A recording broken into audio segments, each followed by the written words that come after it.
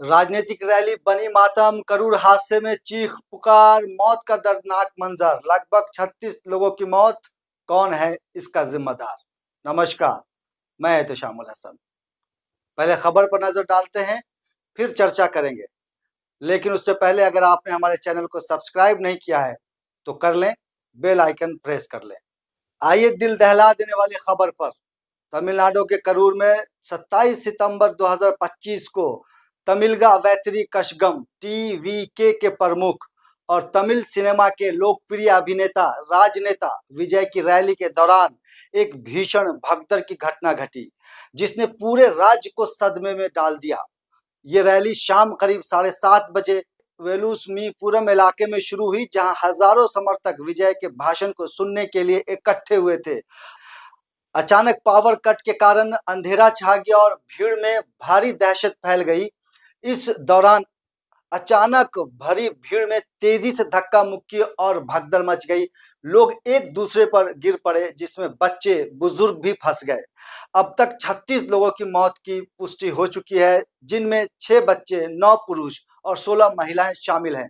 50 से ज्यादा लोग घायल हैं, जिनका करूर मेडिकल कॉलेज अस्पताल और निजी अस्पतालों में इलाज चल रहा है। कई की हालत गंभीर बनी हुई है। कई घायल इस समय गंभीर अवस्था में अस्पताल में उपचाराधीन हैं। मरने वालों की संख्या में बढ़ोतरी होने की आशंका जताई जा रही है। घटना के दौरान विजय ने अपने भाषण को बीच में ही रोक दिया और भीड़ को काबू करने के लिए पानी की बोतल बांटी। पुलिस और प्रशासन ने बचाव और राहत कार्यों की पूरी कोशिश की, लेकिन जबरदस्त भीड़, तंग गेट और रास्ते बंद होने के कारण बचाव कार्य में काफी बाधाएं आई। कई घायल बेहोशी की हालत में थे, जिन्हें तुरंत अस्पताल पहुंचाया गया। स्थानीय अस्पताल लगातार जंगी पैमाने पर घायलों का इलाज कर रहा है। तमिलनाडु के मुख्यमंत्री एम.के. स्टालिन ने घटना को गंभीर माना और तुरंत स्वास्थ्य मंत्री, करूर कलेक्टर और अन्य अधिकारियों को राहत कार्यों को करने के निर्देश दिए। स्टालिन ने प्रभावित परिवारों के प्रति संवेदना व्यक्त करते हुए खुद घटनास्थल का दौरा करने का निर्णय लिया।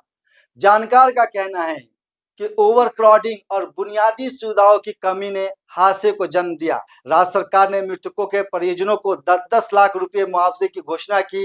ये घटना तमिलनाडु राजनीति में एक नया मोड़ ला सकती है, जहां विजय की उभरती पार्टी तीसरा विकल्प बन रही है। अगर दूसरी ओर बात की जाए कि इन 36 मौतों का जिम्मेदार कौन है, ये बड़ा सवाल है। घटना की जिम्मेदारी किस पर आनी चाहिए, इस पर भी विवाद शुरू हो गया है।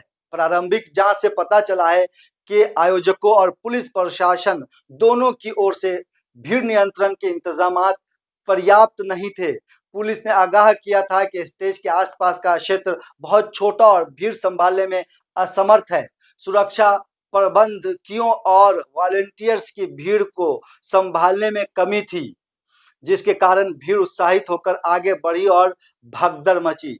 एम्बुलेंस और फर्स्ट एड की सुविधाएं भीड़ में सही ढंग से पहुंच नहीं पाई। प्रशासन को इस तरह की घटना के जिम्मेदार को पहचानना जरूरी है, ताकि भविष्य में ऐसी घटनाओं को टाला जा सके।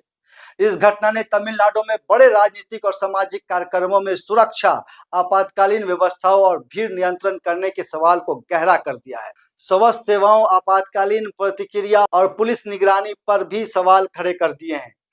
करूर रैली की ये त्रासदी तमिलनाडु की राजनीति, प्रशासन और जनता के लिए एक बहुत बड़ा सदमा है, जिसमें हजारों समर्थकों की उम्मीदों का साथ एक दुखद हादसे ने तोड़ दिया।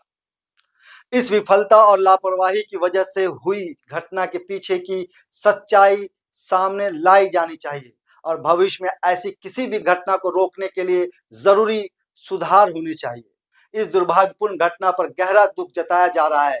माननीय प्रधानमंत्री नरेंद्र मोदी ने एक्स पर पोस्ट कर कहा कि यह घटना बेहद दुखद है। मेरी संवेदनाएं उन परिवारों के साथ है जिन्होंने अपनों को खो दिया। इस कठिन समय में उन्हें शक्ति मिले।